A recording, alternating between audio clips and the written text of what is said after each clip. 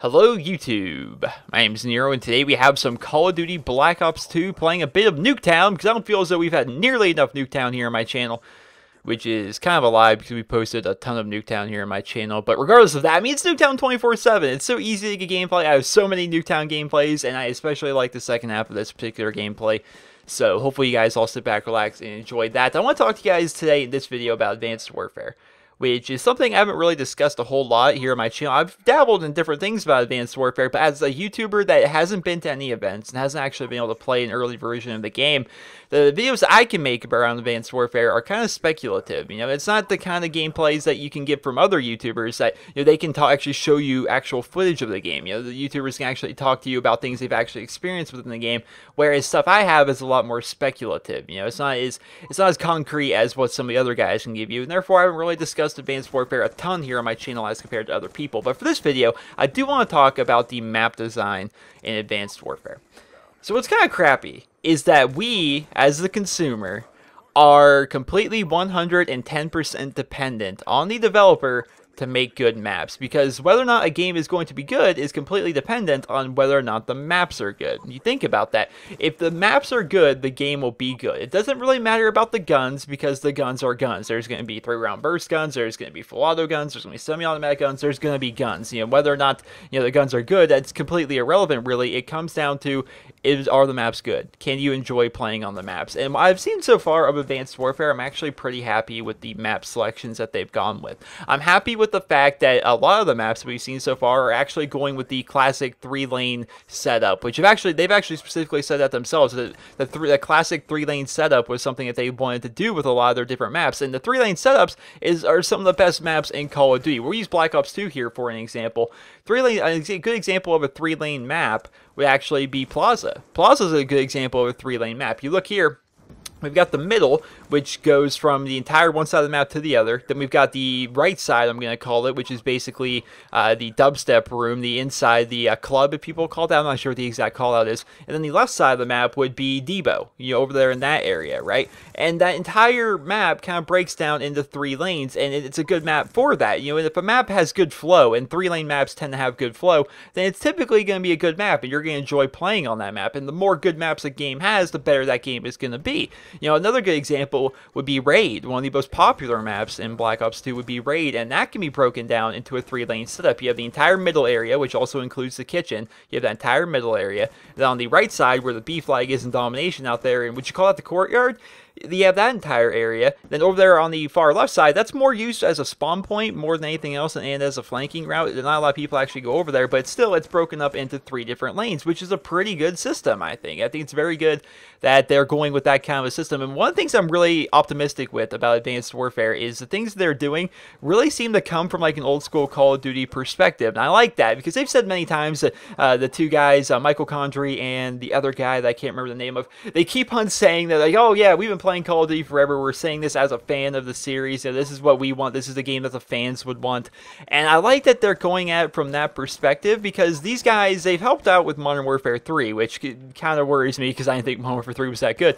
But they helped out with Modern Warfare 3, but aside from that, they really haven't touched a Call of Duty. For the most part, throughout the entirety of these guys' lives, they've just been the people that play Call of Duty, and you know, they've gathered up their experience over the years, and they're like, okay, well, this kind of works. This is stuff that I like. This is stuff that my friends like. This is stuff that the community as a whole probably likes. Let's try to incorporate that into our game, and I think that's a pretty cool system. I love the fact that they're adding the Pick 13 system, because a lot of people like the Pick 10 system, and they're taking that and they're completely expanding upon it and being able to add in kill streaks into that. That's pretty cool. The option to customize your kill streaks, all the customization in general, I'm actually really, really optimistic about Advanced Warfare. And not to toot my own horn, but I'm usually kind of right in some regards about this stuff. I don't know. I wasn't optimistic going into Modern Warfare 3, and it turned out Modern Warfare 3 was kind of a letdown for a lot of people. I was optimistic going into Black Ops 2, and Black Ops 2 is like the most played Call of Duty to date.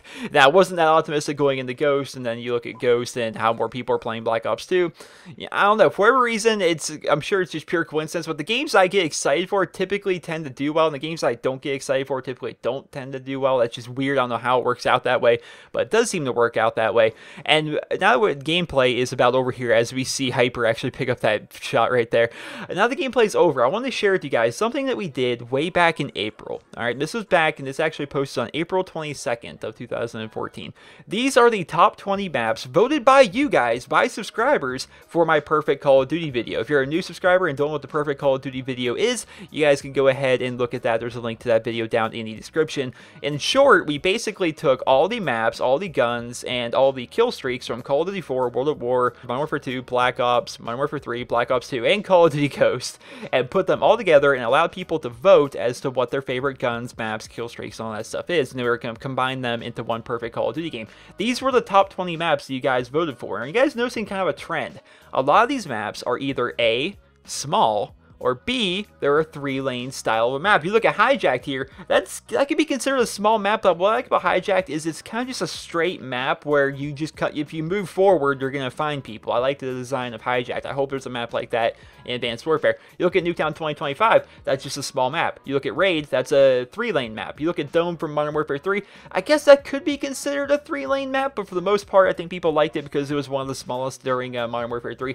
You look at Firing Range. Firing Range can be broken down into a 3-lane map. You have the entire middle where the B flag is, and then you have where the A flag is and where the C flag is, and it really kind of breaks up into 3 different sections of the map. You look at Strike Zone from Ghost, that's basically Dome from Modern Warfare 3. It's one of the smallest maps within Call of Duty Ghost, people like that. You look at Standoff, that's a great example of a 3-lane map. You look at Terminal, that's a great example of a 3-lane map. You look at Warhawk, it's still an example of a 3-lane map. It's a bit more clustery. You have to go around a lot more things. It's a lot more congested, but Warhawk is a good example of a 3-lane map. High Rise is a good example. All these things, if you're looking at these, are either 3-lane maps or they're small maps. Right? And these are what you guys voted for. This isn't just my opinion. This is your guys' opinion. I had no vote whatsoever in this at all.